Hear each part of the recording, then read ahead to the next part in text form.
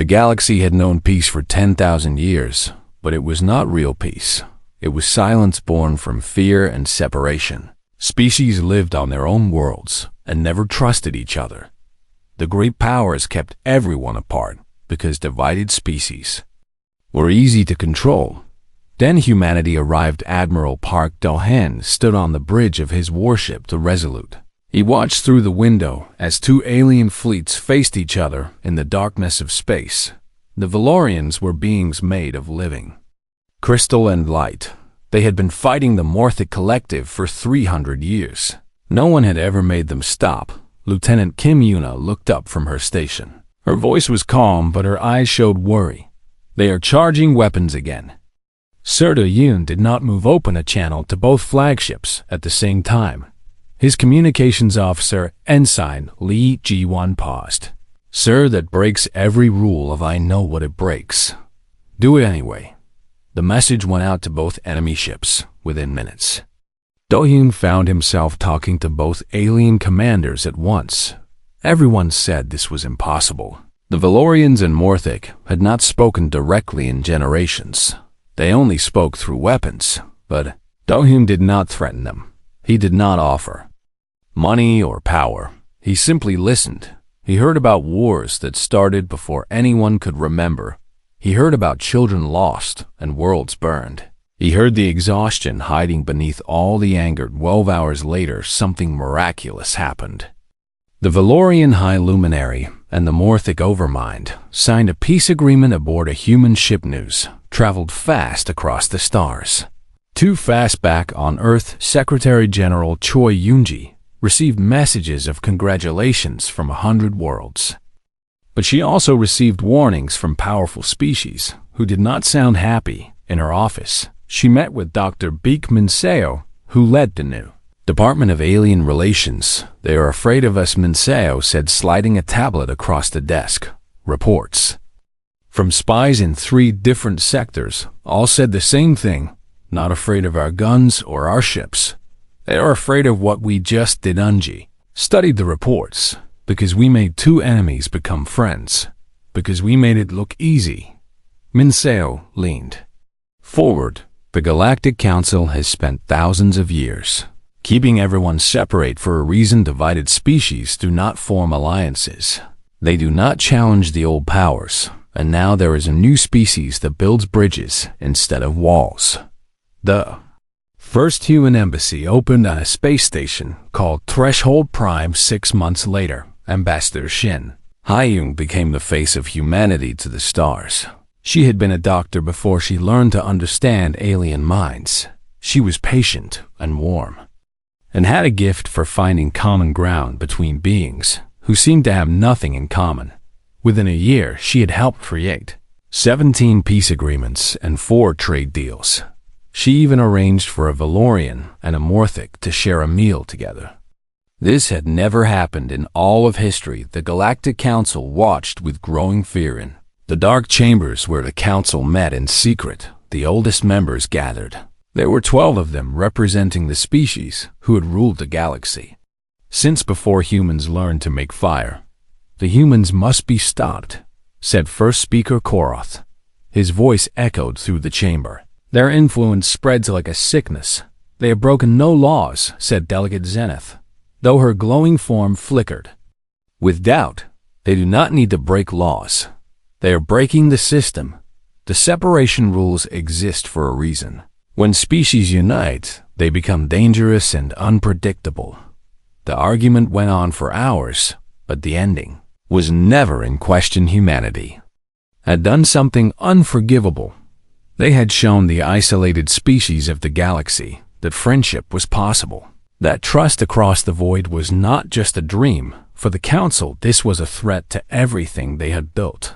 The vote passed without opposition. Humanity would be dealt with quietly and completely before their alliance building could spread further on. Threshold Prime Ambassador Hyung noticed small changes at first. Her request took longer to process. Her communications had strange delays. She thought nothing of it. Everyone knew bureaucracy moved slowly. Then the real problems began. A human cargo ship vanished near council space. The official report said pirates, but the debris told a different story. Those were military. Weapons Dr. Beekman Seo flew to meet Hyung in person. They walked through the station gardens where alien plants from 100 worlds grew together. Something is coming, Seo said quietly. I have seen the intelligence reports. Ships are moving to positions they only use before a war. I watched a flower that bloomed in colors humans could not normally see. A gift from a grateful Valorian ambassador. What do we now do what humans have always done? Seo smiled, but her eyes were serious. We make friends, and we hope that when the storm comes, we have made enough of them. That night Hyung could not sleep. She stood at her window watching ships come and go from the station. Traders and diplomats and travelers from species she had never met, all of them living their lives unaware that powerful forces were moving against the one species that dared to bring them together. She thought about Earth, about the billions of people who had looked up at the stars and wondered if anyone was. Looking back, they had found the answer. Yes, someone was looking back. Many someones, and most of them were just as lonely as humanity had been. Council saw this as dangerous. They believed that species who trusted each other would threaten the established order, but Hyung believed the opposite. She believed trust was the only foundation for real peace. Not the cold silence of separation, but the warm connection of understanding. Her communicator buzzed a message from the Valorian High Luminary requesting a secret meeting. Hyung smiled. Perhaps she would not face the coming storm alone, after all. Far away in the council chambers, First Speaker Koroth reviewed the final plans. Human colonies would be blockaded. Their ships would be seized. Their allies would be pressured to abandon them, and if none of that worked, well, the Council had not ruled the galaxy for 10,000 years by being gentle with threats. He looked at the star map showing human space. Such a small area, really. Barely a fraction of the galaxy. How had such a young species caused so much trouble so quickly? The answer was simple and terrifying. They had offered something no one else had thought to offer: friendship without conditions, trust without demands. A hand extended not in conquest, but in welcome. It was revolutionary. It was beautiful, and it had to be destroyed before it spread any further. The order went out to council forces across the galaxy. Prepare for Operation Silent Dawn. The human problem would be solved within the year. But Koroth had made a mistake that would cost him everything. He had underestimated how many species were tired of being alone.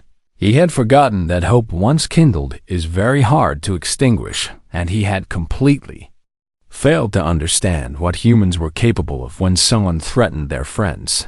The galaxy was about to learn a lesson it would never forget. 6 months after the council made their secret decision, strange things began happening to humans across the galaxy. Supply ships disappeared without trace. Trade routes became suddenly unsafe. Permits were canceled without explanation on a dozen worlds. Human diplomatic missions found themselves cut off from home. Their communications were blocked by interference that no one could explain. Captain Yoon Tae-hee commanded the patrol ship Dauntless. She was running medical supplies to a human colony on a distant world called Kepler's Landing when 3 council warships appeared and demanded she surrender her cargo for inspection. She knew the game had changed. They have never stopped a medical ship before, said her first officer commander. Oh, Sunwoo have never been this scared before. Tae-hee looked at her tactical display. 1 small ship against 3 big cruisers. The math was simple: stand down weapons, let them come aboard. The inspection lasted 9 hours. They searched every corner of the ship. They scanned every container. They questioned every crew member. They found nothing illegal because there was nothing illegal to find. But when they left, they took the medical supplies meant for sick children on the colony. Potential military technology. They say they sent her report to Earth knowing it would join dozens of others. The pattern was becoming clear. The council was squeezing humanity slowly, hoping no one would notice until it was too late. On threshold, Prime Ambassador Shin Hyung received a visitor she did not expect. The Valorian High Luminary herself had traveled in secret, her crystal form dimmed to avoid detection. You must understand, the luminary said. Her voice sounded like music in a storm. The council fears what you represent, not your weapons but your ideas. The thought that species can actually trust each other. And you came to warn us. Hyung asked. I came to offer more than warnings. The luminary began to glow brighter. My people remember what your admiral did for us. We remember honor. If humanity stands alone against the council, you will fall. But you do not need to stand alone. Similar meetings were happening across the stars. On the industrial world of Forge 7, a Morthic delegation approached human miners with an offer of partnership. On the forest moon of Viridian, the Silvari, who had not spoken to outsiders in 500 years, opened their borders to human refugees. Dr. Beekman Seo coordinated everything from a small office on the moon. Her team worked day and night, building something the galaxy had never seen, a real alliance held together, not by fear, but by choice. We are calling it the Compact of Open Hands, she told Secretary General Choi Yoonji. 14 species so far. More are asking to join every day, and the council escalating. They are moving warships forward. They are punishing any species that trades with us. They want to strangle us before we can grow. Anji walked to her window and watched Earth rise over the lunar surface. Somewhere up there, her daughter was finishing her first year at university, dreaming of a future among the stars. Do they have enough ships to stop us? They have enough ships to destroy us, Minseo admitted, but destroying us has costs. Now we have made friends they did not expect.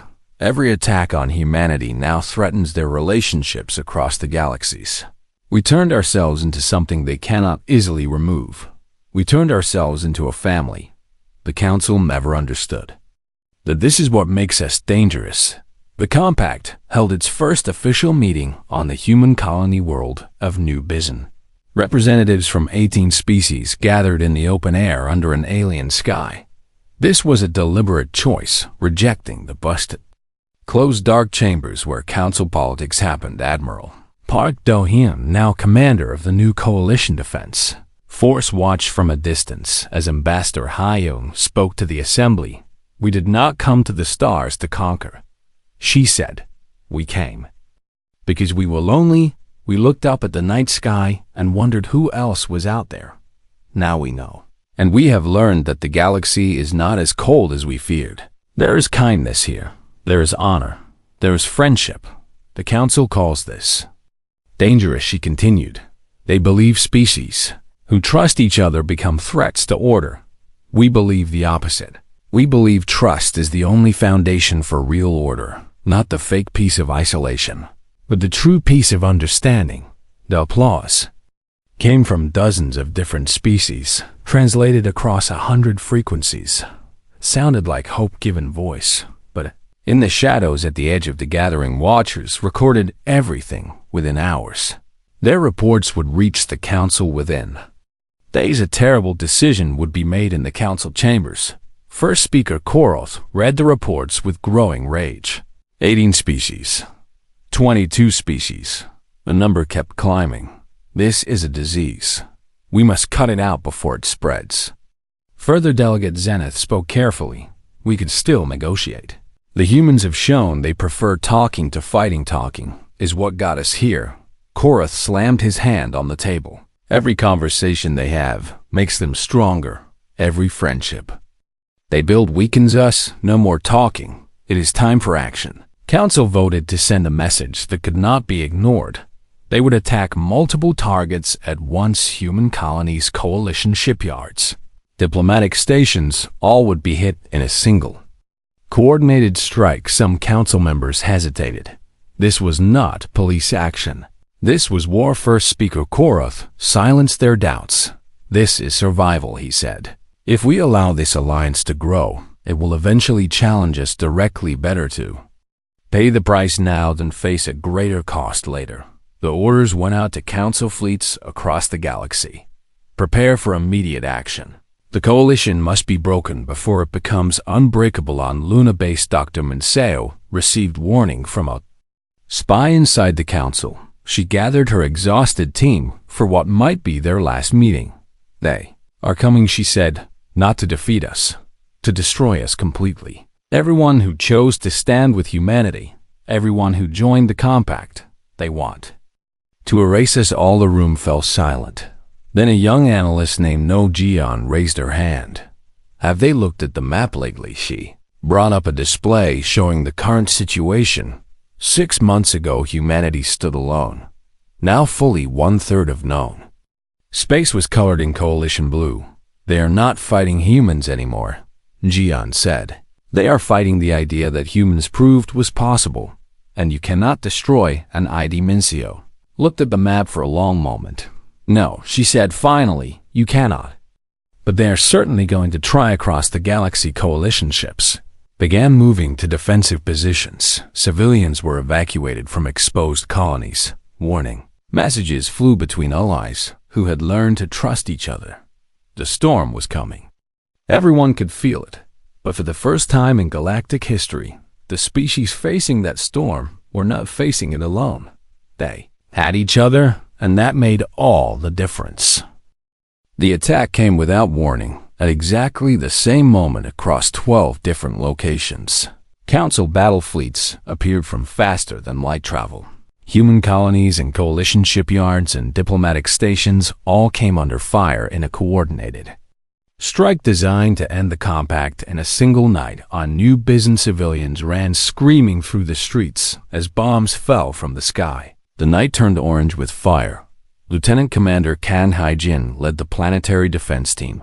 She had a choice to make: run to the bunkers and survive, or stay at her post and give the evacuation ships more time. If we leave now, the targeting computers go dark, she told her team. Every second we stay here is another transport full of families getting to safety. Her second-in-command checked the screens. 42 ships away, 30 more loading now. Then we stay. They held their positions for 17 more minutes, guiding evacuation ships through the chaos above. Explosions rocked the building walls. Cracked ceiling panels fell. One by one, her team members were injured, or worse, but they kept working. A direct hit finally destroyed the defense center. Of 18 people who stayed, only 3 survived. Their sacrifice saved more than 90,000 live. Stories like this happened everywhere that night. The coalition tanker Eternal Light was carrying fuel supplies when council cruisers found it. The captain was a Morthic who had learned human games during his time working with the Alliance. When he saw the enemy ships moving toward a refugee convoy, he made an impossible choice. He rammed his tanker into the lead cruiser. Both ships exploded in a ball of fire that could be seen from 3 planets away. His last message was simple: tell my human friends checkmate requires sacrifice on Earth. Secretary General Choi Yunji addressed a terrified world. Billions watched their screens, waiting to hear if this was the end. They struck first, she said. They struck without warning, without honor, without mercy, and they believe this will break us. She paused and looked directly into the camera. They have made a terrible mistake. The compact response began within hours. Admiral Park Do-hyun, commanding from the coalition flagship Unity, organized a fighting retreat that saved 70% of Allied forces. More importantly, he turned every defeat into a rallying cry. The Council wants you to feel alone, he broadcast to all ships. They want you to believe cooperation was always doomed. That trust between species was just a beautiful drowned. But look around you. Look at who stands beside you in this fight. His voice grew stronger as reports came in of ships from different species covering each other's retreat. Valorians and Morthic fighting together. Silvari pilots protecting human transport. 17 species who decided that what we built together was worth defending with our lives. The Council had overwhelming military power. In the first week of fighting, the compact lost 40% of its fleet and a dozen colony worlds. By any normal measure, they were losing badly. But something strange began to happen. Something the Council never expected. More species joined the fight. The Tellurians had been neutral for 1,000 years. They watched the Council attack civilians and chose a side. The Nebula Collective had never been able to communicate with anyone until a human scientist named Dr. Wang Suji learned their color-based language. Now they added their huge merchant fleet. To the coalition, even the Void Walkers responded. These were beings so strange that most species were not sure they were really alive. They sent a single message. We watch. We remember. We choose the builders in the council chambers. First speaker Koroth raged at the reports. How is this possible? We are winning every battle. Delegate Zenith answered quietly, and losing every war. You taught the galaxy that cooperation was weakness. The humans are teaching them the opposite. Every attack you make proves their point better than any speech could. Then we destroy them completely. Koroth shouted at every human world, every allied colony. We burn everything. The chamber went silent. Even the hardliners who supported the war looked uncomfortable. That would be the end of entire species, Zenith said. That would be something the galaxy would never forgive. That would be survival. Koroth insisted the vote was closer than anyone expected, but in the end, the order was given. Total destruction. No mercy, no survivors. The human alliance would be erased completely. As a warning to anyone who might dream of similar connections, news of this decision leaked within hours. Perhaps someone inside the council wanted the galaxy to know what kind of rulers they had. Dr. Beek Minseo gathered her team on Luna Base. They are not trying to defeat us anymore, she said. They want to kill every human and every species that stood with us. Everyone who chose hope over fear. The room was heavy with despair. Then young analyst No Jiyeon spoke up. Have they actually thought about what they are doing? She brought up the current map showing coalition territory. 1/3 of the galaxy was now colored blue. Not just humans. Dozens of species, representing trillions of beings. They cannot kill an idea. Jiyeon said they cannot bond trust out of existence. They cannot murder hope. Every species that sees what the council is doing will have to choose. What kind of galaxy do they want to live in? Minseo nodded slowly. We need to show them. We need to make sure everyone sees what is happening here. Not just the attacks, but how we respond. Not just the dying, but how we stand together. Coalition began broadcasting everything. Every battle, every sacrifice, every moment of species. Helping species in the face of destruction. They did not hide their losses. They showed them proudly. Here is what we are willing to give for each other, the broadcast said. Here is what trust looks like when tested by fire across the galaxy. Beings watched and wondered. Some had accepted council rule their whole lives without question. Now they saw something different. Now they saw beings dying not for conquest or profit, but for each other. It changed something that could never be changed back. The council had calculated ships and weapons and territory. They had not calculated hearts.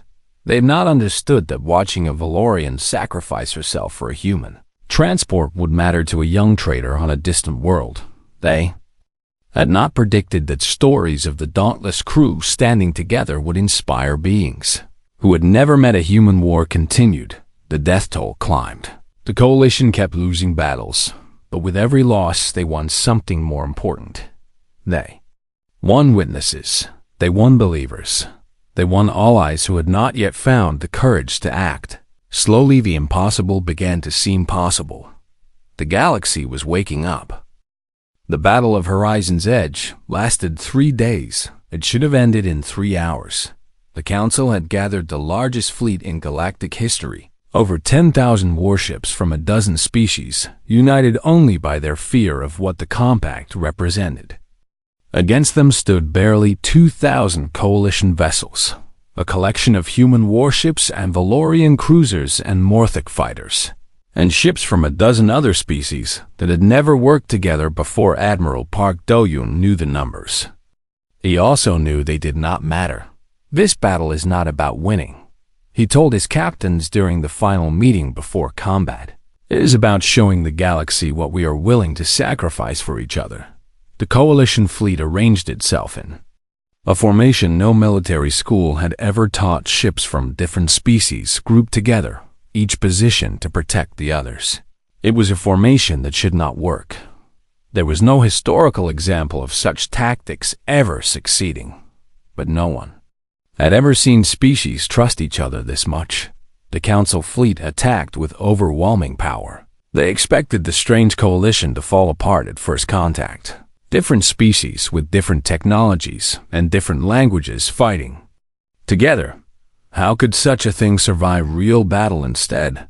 They found an enemy that refused to break when a human destroyer took heavy damage. A Valorian cruiser moved to shield it.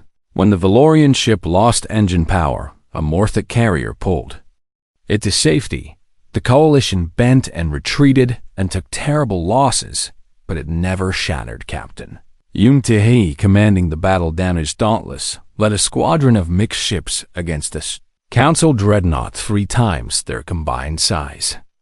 Her crew was half human and half alien species, who months ago had never heard of each other, now fighting and dying side by side. Focus fire on their engines. She ordered Valorian ships take out their defenses. Morthic fighters, you are our strike force. We get one chance at this. Her Silvari tactical officer spoke quietly. Captain, the attack angles you are describing will leave us completely exposed, I know. But if we destroy that dreadnought, we break their formation. Sometimes you have to trust that your friends will protect you. Dauntless made its attack run. The dreadnought's massive guns turned toward them. Enough firepower to destroy a small moon, and then the Valorian cruisers were there, putting themselves between the human ship and certain death. Their crystal bodies absorbed punishment that would have vaporized the Dauntless instantly, and the Morthic fighters screamed past, accepting certain death approaches because they trusted the Silvari gunners to cover their escape. The dreadnought died in a cascade of explosions across the battlefield. The same story repeated 1,000 times. Ships sacrificed for each other. Species who had been enemies for centuries, now protecting each other's flanks. The coalition was outgunned and outmaneuvered and dying by hundreds, but they were dying together. And somehow that made all the difference. On the second day, something unthinkable happened. A Council cruiser called Righteous Purpose broke formation and broadcast on open channels. We did not join this fleet to kill civilians. We joined to protect order. This is not order. This is murder. Righteous Purpose crossed the battle lines and took position alongside the coalition. Within hours, 17 more Council ships had done the same. Not enough to change the outcome. Not yet, but enough to plant doubt in thousands of minds. First speaker. Koroth watched the defections with fury. Cowards, traitors. They will be destroyed along with the humans. Delegate Zenith had moved to the far side of the chamber. Her glowing form blazed so bright it hurt to look at her. Will they? She asked. We told ourselves we were preserving order. But I have watched this battle for 2 days, and I have seen true order. Not the isolation we enforced, but something real, something chosen. You speak treason, I speak evolution. The galaxy is changing, Koroth. You can change with it, or you can be remembered as the monster who tried to murder. Hope. She walked out of the chamber. By nightfall, she had officially joined the compact, bringing her entire species with her on. The third day, the Council fleet began to withdraw. Not because they had lost. They still had more ships. But defections were spreading, supply lines were failing. Most importantly, the will to continue was crumbling. Soldiers who signed up to maintain order could not stomach exterminating entire species for the crime of making friends. Admiral Dohyun did not chase them. Instead, he sent a simple message: we did not want this war. We never wanted to be your enemies. We just wanted to show you what was possible when beings chose trust over fear. That offer still stands. It will always stand. Battle of Horizon's Edge ended not with victory, but with a question, one that echoed through every remaining Council world. What are we really fighting against? In the aftermath, ships from both sides drifted together. Crews who hours ago had been trying to kill each other now worked side by side rescuing survivors. A council medic treated a wounded human pilot. A human engineer helped repair a Morthic fighter. First speaker Koroth demanded these contacts stop. His own captains ignored him. Ambassador Shin Hyung walked through the medical bay of a coalition hospital ship. She stopped at each bed, human and alien, speaking quiet words of comfort. To a Valorian who had lost half her crystal form protecting a human transport, she said, "Your light saved 300 lives. They will carry part of you always." To a human marine who had pulled wounded Morthic soldiers from a burning ship, she said, "You did not see enemies. You saw people. That is what makes us different." The marine managed a weak smile. "Is that why they are so afraid of us?" Hyung squeezed his hand. "That is exactly why. They built a galaxy on the belief that species cannot trust each other. We proved them wrong. Now they have to live in a universe where everything they believed has fallen apart." Word of Horizon's Edge spread across the stars. Not just the battle, but what came after. Species helping species, enemies becoming allies in the space of hours. The galaxy had never seen anything like it, and beings everywhere began to ask themselves the same question. If it is possible there, then why not here? The Council had wanted to end the alliance with overwhelming force. Instead, they had proven beyond all doubt that the alliance was real, that it was strong, that it was something worth dying for. They had made their worst nightmare come true. Hope was contagious, and it was spreading faster than any fleet could stop. The Treaty of Open Stars was signed 6 months after the Battle of Horizons Edge in a ceremony that would have been impossible to imagine a year before. The Council chamber itself hosted the signing. The dark halls that had been the heart of galactic control for 10,000 years were now filled with representatives from over 40 species. Many had never been allowed past its doors before. Human delegates sat beside Valorians and Morthic and Solvari and dozens of others. The isolation that had defined galactic civilization was being formally and permanently ended. Secretary General Choi Yoonji signed for Earth, her hand steady despite the weight of the moment. "We came to the stars hoping we were not alone," she said. "We found something better than we ever dreamed. We found family." First speaker Koroth was not there. He had fled to a distant sector days after the battle, unable to face the collapse of everything he had built. His followers grew fewer each day as the galaxy he tried to preserve dissolved into something new. Delegate Zenith signed for the Council, or rather for what the Council was becoming. "We believed separation was safety," she admitted. "We told ourselves that keeping species apart prevented conflict. Instead, we prevented growth. We prevented connection. We prevented the very things that make civilization worth building." She turned to face the gathered delegates. "Humans taught us a different way. Not through conquest or force, but through example. They showed us that trust offered freely creates more than fear ever could." Ambassador Shin Hyung watched from above, tears running down her face. Beside her sat Admiral Park Do-hyun and Captain Yoon Tai-hee and Dr. Baek Min-seo, the builders of humanity's impossible alliance together, perhaps for the last time before their duties scattered them across the stars. "Do you think it will hold?" Tae-hee asked quietly. "This peace we built, no peace holds forever," Do-hyun replied. "But this one has roots, real roots. Species who fought and bled together, species who chose trust when fear was easier. That matters. The Council tried to erase us because they believed cooperation was a disease." Min-seo added, "They were right in a way. It is contagious. Once beings see that trust is possible, they want it for themselves. You cannot undo that." The signing ceremony ended with a gesture that became the symbol of the new age.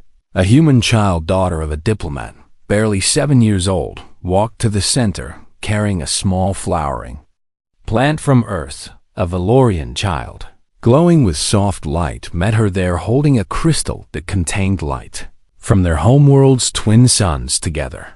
They placed the flower beneath the crystal, creating something neither species could have made. alone for those who come after, Hyung whispered, watching them. That is what this was always about. Not us, not our generation, but the ones who will grow up in the galaxy we are building. A galaxy where a human child and a Valorian child can be friends. Where alien just means neighbor. The applause that followed came from every corner of the chamber. Every type of voice, every frequency of sound, every form of expression the galaxy knew. It was messy and chaotic and beautiful, just like the Alliance itself. In the weeks that followed, the changes came fast. Trade routes that had been closed for centuries reopened overnight. Species that had been forbidden from contacting each other sent their first ambassadors. Scientific knowledge that had been hoarded was now shared freely. A cure for a disease that had plagued the Morthic for generations came from a Valorian research station within months of the treaty. Not everything was perfect. Conflicts still arose. Misunderstandings still happened. Some species preferred to remain isolated, and the Compact respected their choice. The old ways did not vanish overnight, but the fundamental truth of the galaxy had changed. Where beings once assumed separation, they now tried connection first. Where they once feared cooperation, they now celebrated it. 50 years later, the Museum of First Contact stands on threshold. Prime, built on the site of the original human embassy, visitors from 100 species walk its halls, learning the story of how everything changed. Curator and Chae-young, granddaughter of a dauntless survivor, leads a group of young students through the final exhibit. They are a mixed group, human and Valorian and Morthic and Sylvari, and species that made first contact only recently drawn to the Compact by the promise of belonging. People ask me sometimes, she says, stopping before a display of the Battle of Horizons Edge, whether humans saved the galaxy. And I always tell them the same thing: we did not save anyone. We just invited everyone to the table. The galaxy saved itself once it remembered how a young Morthic raises a hand. But why did the Council try to stop you? Why were they so afraid? Chae-young smiles. Because hope is dangerous. Once beings believe something better is possible, they start working to make it real. The Council needed everyone to accept that isolation was natural, that distrust was inevitable. Humans just could not accept that. We are a stubborn species. We kept reaching out even when everyone told us we should not. Eventually, hands reached back outside the museum. The station is alive with activity. Trade ships from 36 species dock side by side. Diplomatic teams plan joint projects. Children who will never know the old isolation play games invented by 5 different species working together. Is not perfect. Peace never is. There are still arguments, still species who prefer solitude, still problems that seem impossible to solve. But the basic truth has changed. Where the galaxy once started with suspicion, it now starts with welcome. Somewhere in deep space, a new species makes first contact with a compact patrol vessel. They are greeted not with weapons or demands, but with an offer. Hello. We are glad you found us. Would you like to be friends? The new species is confused at first. This is not how they expected first contact to go. Where is the fear? Where are the threats? Where is the demand for submission? There is only a hand extended in welcome. The galaxy the Council tried to preserve is gone. The galaxy humanity helped build grows larger every day. And somewhere in the stars, a human child and Valorian child who met at that signing ceremony 50 years ago now serve together as co-captains of an exploration vessel. Their mission is simple: find new friends. The galaxy once tried to destroy humanity for building alliances. Now, alliances are all the galaxy knows, and it is beautiful.